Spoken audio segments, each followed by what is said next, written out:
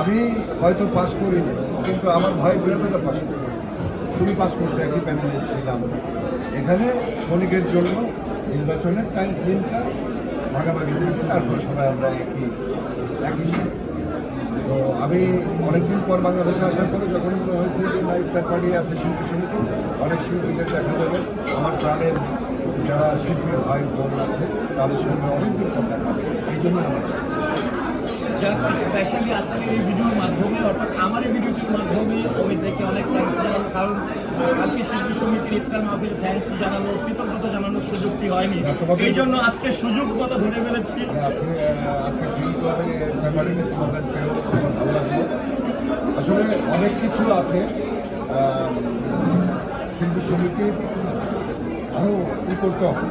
এই যে কালকে ইফতার পার্টিতে আমরা আশা করেছিলাম সিনিয়র জুনিয়র আরও অনেক শিল্পী আসবে, হয়তো বা অনেকে ব্যস্ত আছে, অনেকে দেশের বাইরে আছে, তারপরেও চেষ্টা করবো যে কোনো অনুষ্ঠান করার জন্য নিজেরা গিয়ে সিনিয়রদের দাওয়াত দিবা এবং চেষ্টা করবা তাদেরকে তাহলে আমাদের চলচ্চিত্রের শিল্পী সমিতির মাত্রা বাড়বে।